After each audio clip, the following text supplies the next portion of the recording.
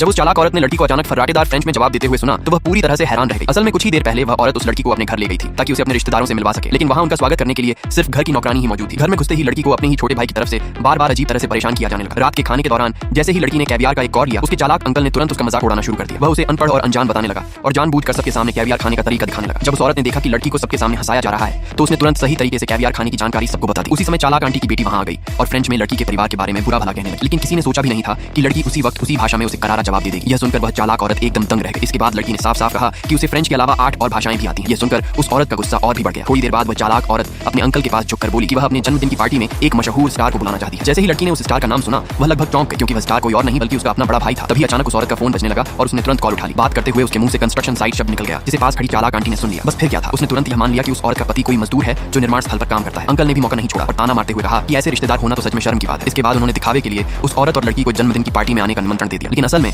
उनका इरादा उन्हें पार्टी में बुलाकर सबके सामने नीचा दिखाने का था। पार्टी वाले दिन चालाक आंटी ने चुपके से वेटर को आंखों ही आंखों में इशारा किया। वेटर तुरंत समझ गया और उसने चोरी छिपे लड़की के बैग में घोस्ट फ्लावर का एक छोटा सा नमूना रख दिया। कुछ ही देर बाद आंटी ने अचानक घबराने का नाटक करते हुए चिल्लाना शुरू कर दिया कि उसका कीमती घोस्ट फ्लावर का नमूना चोरी हो गया है। लड़की ने शांत स्वर में कहा कि उसे ऐसी छोटी मोटी चीजें लेने में कोई दिलचस्पी ही नहीं है, लेकिन चालाक अंकल ने बिना कुछ सुने उसका बैग पकड़ लिया और तलाशी लेने लगा। हैरानी की बात यह थी कि उस बैग से सच में वही नमूना निकल आया। चारों तरफ लोग बातें करने लगे, लेकिन लड़की फिर भी बिल्कुल शांत रही। उसने कहा कि उनके घर पर तो असली घोस्ट फ्लावर का पौधा है, इसलिए उसे इस छोटे से नमूने की कोई जरूरत नहीं। लोग यह सुनकर हंसने लगे और उसे शेखी बघारने वाली बताने लगे। तभी भीड़ में से किसी ने कैजुअली कहा कि दुनिया के सबसे अमीर आदमी ने कभी एक घोस्ट फ्लावर के पौधे के लिए $50 मिलियन तक खर्च कर दिए थे। ये सुनकर वह चालाक औरत और ज्यादा ताना मारने लगी। वह लड़की को बेवकूफ, अनजान और हवाई बातें करने वाली बताने लगी। ये सब देखकर उस औरत ने तुरंत कहा कि चाहे तो सीसीटीवी फुटेज चेक कर लेते हैं या फिर पुलिस को बुला लेते हैं, लेकिन चालाक आंटी का पति बहुत अकड़ में था। उसने साफ कह दिया कि उन्हें अभी के अभी यहाँ से बाहर निकाल दिया जाएगा। तभी अचानक अगले ही पल एक गाड़ी आकर रुकी और हैरानी की बात यह थी कि खुद शहर का सबसे अमीर आदमी वहां पहुंच गया और ऊंची आवाज में बोला, रुको, इन्हें कोई हाथ नहीं लगाएगा।